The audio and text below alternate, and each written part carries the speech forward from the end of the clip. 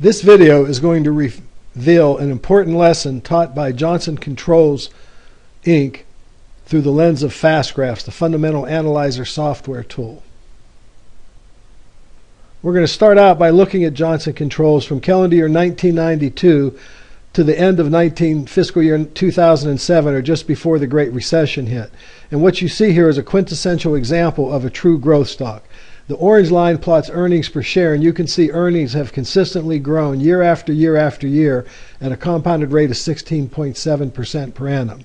The monthly black closing stock price line, or the black line, shows stock prices tracked earnings very closely. Of course, there's always going to be stock price volatility, but in the long run, you could see that the trend was for stock price to follow earnings and correlate almost perfectly. The company started out in value and ended approximately in value during this period. Consequently, when you review the performance associated with the earnings and price correlated fast graph, you see that if you'd have bought the stock on 12/31/1991 and held it through 12/31 calendar year 2007, or just before the recession, during the 16-year period, the shareholder return capital appreciation component would have been 16.8% a year, or almost identical to the 16.7% earnings growth rate.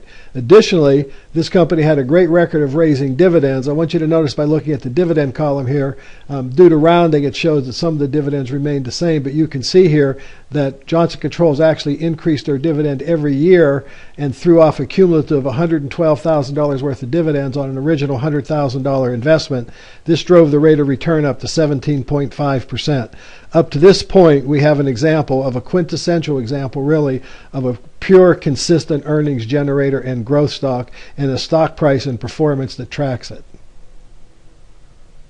Next, we're going to bring this chart up to date and look at a chart from 1997 through August 2nd, 2011, or current.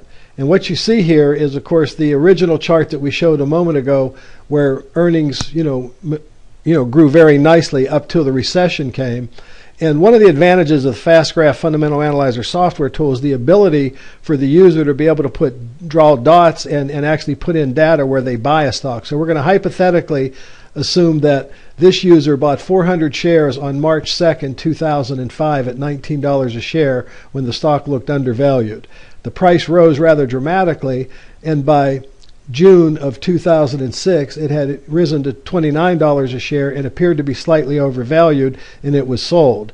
This immediately was validated as a great decision, because by August of 2006, the stock had dropped down to under $24 a share, of course, to only rally all the way up into the mid-40s, just under $44 a share by October of 2007. Then, due to overvaluation, the stock price reverted to the mean, and this user decided to buy it again, because now, once again, Johnson Controls looked like it was in value, and only this time we nibbled with 100 shares rather than the original 400 shares. It looked like a great decision because the price rose, immediately coming off of this buy. It was bought at 32. It almost immediately by April went up to 35, and then you can see this huge stock price drop as the recession and the realities of recession began to set into investors' mind. Johnson Controls tried to stage a little rally here before the stock finally plunged along with earnings as we entered the Great Recession. Over 60% of this company's business is tied to the automobile industry, and it's really remarkable how consistent this company has been able to grow earnings when so much of their business relies on a cyclical industry. But the Great Recession of 2008 and the subsequent stress that it put on the automobile industry revealed some cyclicality in this company's business model, and you can see earnings plunged from $2.38 to 48 cents, and of course stock price fell from its original high of $43 all the way down to $8.35. Now what happens after that is the stock immediately rallies to $13 a share, almost a 50% increase off of its low, and again the investor panics and decides to sell out. It looked like a good decision based on what happened to the company's earnings, but then as earnings began to recover, as the automobile industry began to improve, so did Johnson Controls' business. earnings grew back to $2.04. That was a 325% increase. They're expected to be $2.45 this year, and the stock has rallied dramatically. Another interesting aside here is that when you go through the recession, this company that's had a long history of raising their dividend every year did not raise the dividend in 2009 or 2010. However, they did hold it from the 2008 level, and they are expected to begin raising dividends again now that earnings have improved. But once again, we see the relationship between earnings and market price. A 12% growth rate in earnings generated a 12% shareholder rate of return. So the moral of the story is that when you have great companies who's get into a little bit of trouble, if you do your homework and can discover that the fundamentals are still intact, low stock values can be a great long-term buying opportunity.